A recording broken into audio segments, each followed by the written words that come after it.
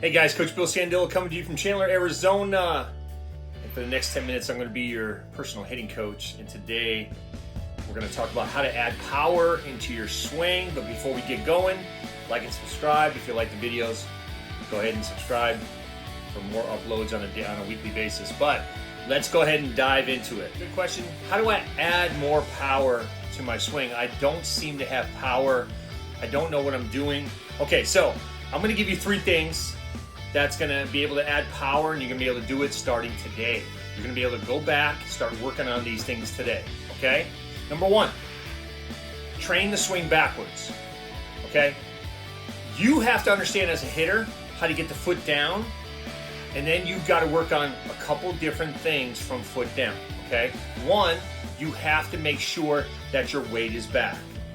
Number 2, you have to make sure that at foot down, you've created a good corner. A lot of guys like to call it loading up, scap load, creating a corner, whatever it is, okay?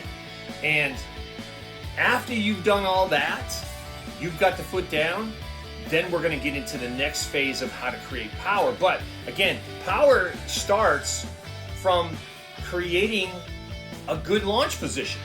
But if we never know how it feels to be in a launch position, how do we actually know what we're doing?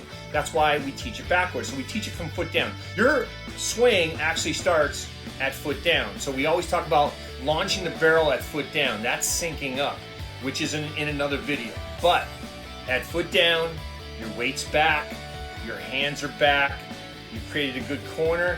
Now you can get on to number 2. Okay, number 2, launch.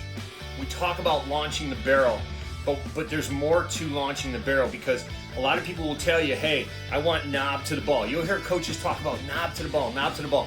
That's what we call pushing, okay? We don't want to push.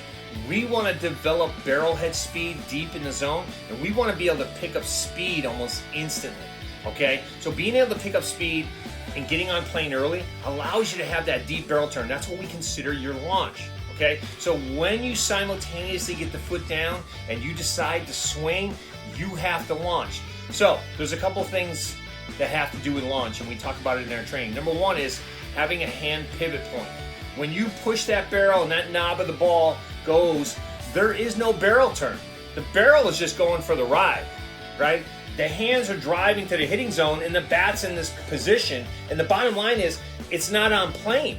So if the bat's in this position coming down, you're not in the hitting zone long, okay? So the bottom line is you've got to work on that hand pivot point. So while this back elbow gets into the slot and this lead elbow is working together, it's simultaneously working up in the zone while your hand pivot point is turning the barrel deep in the zone. Okay, so as you launch, you have what is called the hand pivot point. You're getting on plane early. Now we call this mirroring. So when this is going down, lead elbow is coming up, and you're driving that lead arm as you're turning the barrel to get to your connection point, okay? Once you start and pick up speed with your barrel, that's your swing. Your launch is your swing. Now it's up to you, because you're on plane early, to get to your connection point, which means how the ball is going to enter the hitting zone, okay? Now, if there's any adjustability, because you're on plane, you're going to be able to adjust to a slider or off speed. When you're pushing the barrel and your hands are coming out front, you have no adjustability. You're always a front foot hitter when you get caught hitting off speed.